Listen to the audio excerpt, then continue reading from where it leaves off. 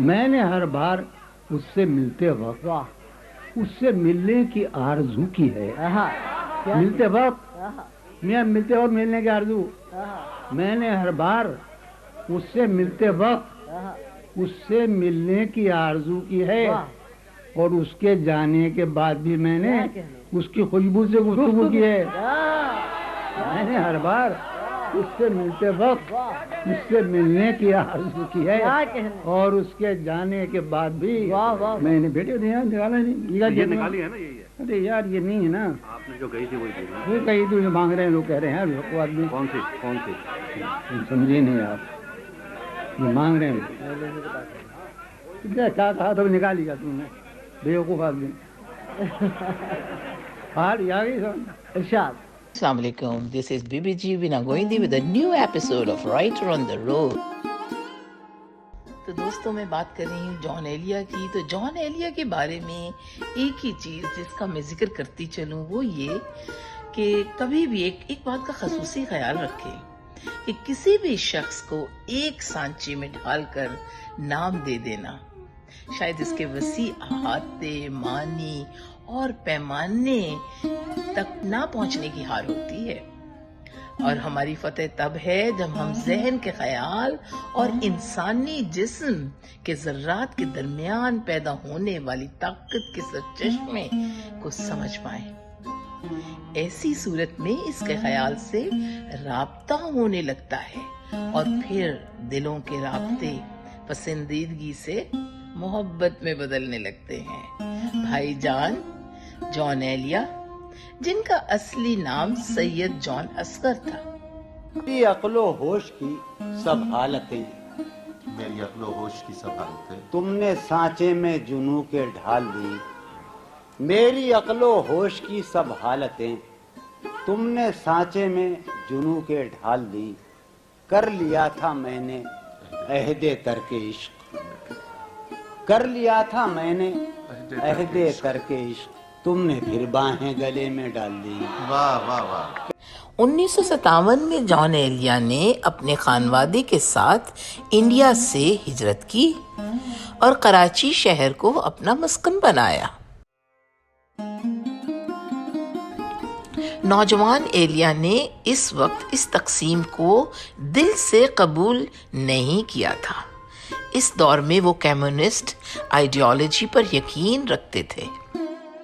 جنوں وہی ہے وہی میں مگر ہے شہر نیا یہاں بھی شور مچا لوں اگر اجازت ہو. جان ایلیا کی گزرگاہ خیال کے راستے میں بہت اونچی نیچی پگڈنڈیاں آئیں مگر وقت کے قافلوں نے یہ ثابت کیا کہ ہم جنہیں جنونی ناکام نامکمل اور بے پرواہ سمجھتے ہیں دراصل ہم اس شخص کے ذہن کے خیال کی لائبریری کو کبھی کھولتے ہی نہیں. بس ظاہری طرز زندگی کو ایک المیہ بنا کر پیش کرنے کے ماہر ہوتے ہیں. تبھی تو بڑے نامی گرامی اینکر ادیب اور اس کے ہم اثر بھائی جان ایلیا کو باغی اقدار شکن اور نہ جانے کیا کیا کہہ کر پکارتے رہے. اسی لیے وہ اس کی شاعری کی تعریف کرنے میں بھی گریز کرتے رہے کہ یہ تو ذاتی زندگی میں اس قدر غیر معمول ہے. شاعری بھی بس ایسے ہی. جان ایلیا کے اندر اس طرح اور بے چینی کی وجہ میرے نزدیک یہی ہے کہ وہ ان خیالات سے دو چار رہتے جو کچھ انہیں نظر آتا. تبھی تو وہ ادھر ہوتے ہوئے بھی ان نظاروں کے سامنے رہتے جو ان کے خیالات کا معجب بنتے اور وہ یہ کہتے کہ ایک ہی حادثہ تو ہے اور وہ یہ کہ آج تک بات نہیں کہی گئی بات نہیں سنی گئی. وہ خود دعویٰ کرتے کہ مجھے چند لوگوں کے علاوہ کوئی مکمل سمجھ کیوں نہیں رہا. انہیں اپنے عزیزوں اور رشتہ داروں میں بھی صحیح طور پر پہچان میسر نہ ہو سکی. وہ اپنے خیال کی چاہتوں میں زندہ رہے اور انہی میں بکھرے بکھرے وسعت خیال کے در ان پر کھلتے رہے جس میں انسان کا وہ اصل ذات نفسی کا چہرہ جس پر وہ پردہ ڈالتے ڈالتے تمام عمر کمپرومائز کرتا رہتا ہے وہ اس چہرے کا اظہار بھی کرتے اور نمونے کے طور پر عملی زندگی بھی انہی بنیادوں پر بسر کرنے میں کسر نہ رکھتے۔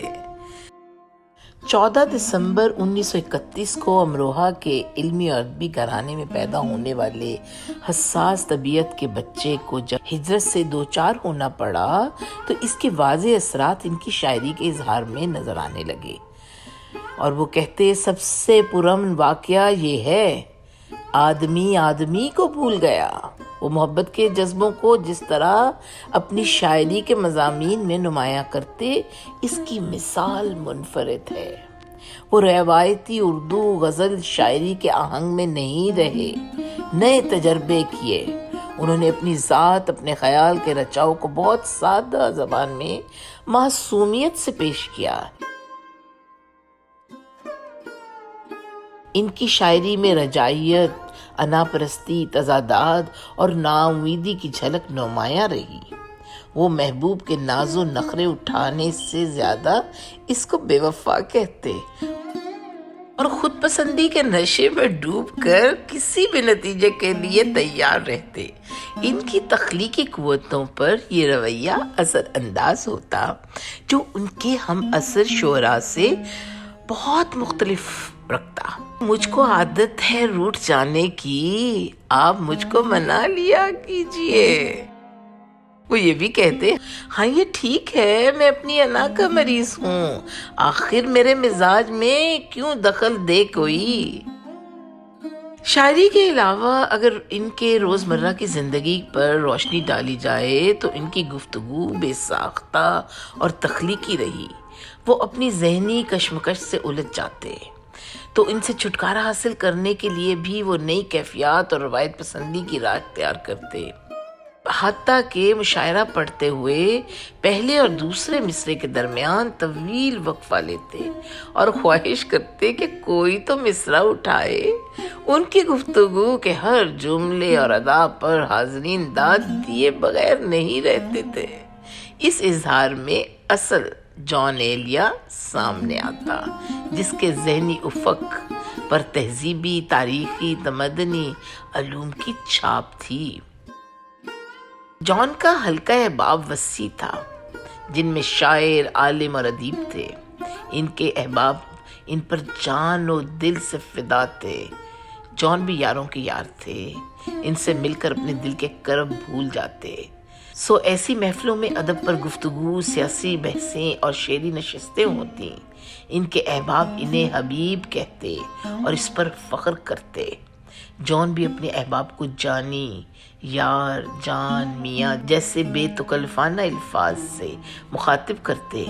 ان کے احباب میں ان کے ابتدائی دور کے ساتھی دوست سید قمر رضی، جن کے ساتھ انہوں نے انڈیا میں تعلیم حاصل کی، رئیس نجمی، زبیر رضوی، محمد علی صدیقی، سیفی امروہی، ماور صادقین شامل ہیں۔ ادھر عبداللہ علیم، شکیل عادل زادہ، حبیب جالب، احسان دانش، پروفیسر سحر انصاری، شہزاد احمد، ممتاز سعید، سید حسن عابد اور سلیم جعفری شامل ہیں۔ وہ تاریخ اور فلسفے میں گہری دلچسپی رکھتے۔ ان کا ایجپشن میتھولوجی اور بیبلون میتھولوجی کا وسیع مطالعہ تھا۔ ایران کی تاریخ پر انہوں نے کتابیں لکھی اور قرۃ العین طاہرہ کو سمجھا اور اس پر لکھا بھی۔ ان کے خاندانی پس منظر پر روشنی ڈالیں تو والد علامہ شفیق حسین ایلیا اردو، فارسی، عربی اور عبرانی کے عالم تھے۔ بڑے بھائی رئیس امروہی کا شمار نمایاں شاعروں میں رہا۔ ان کے ایک بھائی نامور صحافی سید محمد تقی گزرے۔ ان کے بھانجے صادقین تھے جو ممتاز مصور اور خطاط کے ساتھ رباعی کے عمدہ شاعر تھے۔ اب بات یہ ہے کہ ایسے علمی اور تخلیقی ماحول میں ایک نوجوان جو دین، فلسفہ، ادب اور مختلف زبانوں پر عبور رکھتا ہو، وہ یقیناً انسان اور خدا کے تعلق سے بے خبر نہیں رہ سکتا۔ اب سوال یہ ہے کہ پھر جان ایلیا کو ینگ اینگری مین کیوں کہا جاتا ہے؟ جان ایلیا جیسی شخصیات کو ڈھونڈنا پڑتا ہے۔ وہ اصل کی حقیقت سے روبرو تھے۔ دراصل حقیقت یعنی سچ اور جھوٹ، خیر اور شر، نیکی اور بدی، زمین اور آسمان، سب اپنی اپنی پہچان کے ساتھ حقیقتوں میں ڈھلتے ہیں۔ ان سب صبح سے شام کا مالک وہی ہے، وہی قادر مطلق ہے۔ بس اپنے پڑاؤ میں اپنی حقیقت کے دائرے کی پہچان بنے رہو۔ اگر سائنسدان راکٹ میں بیٹھ کر آسمانوں کے سفر کا مسافر بنتا ہے تو فلسفی خیال سے اس تک پہنچ جاتا ہے۔ ہمارا عزم حقیقت کی تلاش ہو تو شہرت کے حصول سے بے پرواہ جان ایلیا جیسے لوگ اپنی حقیقت سے باخبر ہونے کے ساتھ ساتھ قوت گویائی کی طاقت سے اپنی دنیا آباد رکھتے ہیں۔ ان کی نظم راتیں سچی ہیں، دن جھوٹے ہیں۔ وہ دیکھیے تو اس میں چاہے تم میری بنائی کھرچ ڈالو، اپنے خواب نہیں چھوڑوں گا۔ ان کی لذت اور اذیت سے میں اپنا کوئی عہد نہیں توڑوں گا۔ اس نظم کو پڑھیے اور پھر دیکھیں، اپنا عہد نہیں توڑوں گا، یہ تو میرا سب کچھ ہے ماحصال کی غارت گر سے۔ پہلے اور آخری سفر کے درمیان جو تھا، اس کی حقیقت کو جان فلم کی طرح دیکھتے۔ اس کی وجہ ان کا وسیع علم تھا۔ وہ اسلامی تاریخ، فلسفہ، منطق، صوفی روایات، مغربی ادب اور معاشرت کے ساتھ ساتھ کربلا کے واقعات کی گوگل مشین سے کم نہ تھے۔ حافظے کے علاوہ وہ بے شمار بنیادی اصولوں پر اپنی الگ رائے رکھتے، جس کی وجہ سے وہ معمول سے ہٹ کر بات کرتے اور شاعری میں بھی ان موضوعات کو لاتے تو اس زمانے کے لوگ انہیں تنقید کا نشانہ بناتے۔ وہ مجھے پڑھ پائے اتنی اس کی تعلیم نہیں۔ وہ کہتے اب نہیں کوئی بات خطرے کی، اب سبھی کو سبھی سے خطرہ ہے۔ تم جو کہتے ہو مان لیتے ہیں، صرف فرشتے ہی جان لیتے ہیں۔ جان ایلیا کی تخلیق کا سفر ابلاغ کے تمام زاویوں کو پورا کرتا ہے۔ شاعری کے معنی ہر عہد میں بدلتے رہیں تو وہ زندہ رہتی ہے۔ تبھی تو ان کے عشق و محبت کے موضوعات کے منفرد بیانیے نے جہاں ان کو شعراء سے الگ ایک معتبر مقام دیا، وہیں پر ان کے اسلوب پر کسی کی چھاپ نہیں۔ ان کا اپنا ہی عکس ہے جو شاعری میں زندہ ہے۔ تو یہ سچ ہے کہ آج کا آرٹیفیشل انٹیلیجنس کے دور کا نوجوان جو ہے، جو اے آئی کے جدید دور میں رہتا ہے، جس طرح وہ انٹرنیٹ سے کنیکٹڈ ہے، اسی طرح وہ اپنے محسوسات اور جذبات میں بھائی جان یعنی جان ایلیا a young angry man سے بھی کنیکٹڈ ہے، چونکہ ان کے کلام میں انہیں عصری سینسیبلٹی کا عنصر نظر آتا ہے اور وہ ان کے ہاں بھی موجود ہے۔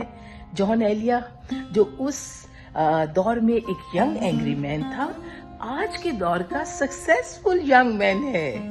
یہ سچ ہے کہ دو متصل لمحات جو ہوتے ہیں وہ کسی بھی ایک جگہ قیام نہیں کر سکتے۔ اس طرح کہ جیسے رات کٹتی ہے یعنی پردے سے ہٹتی ہے تو دن کا سورج طلوع ہوتا ہے۔ تو یہ ہیں جان ایلیا۔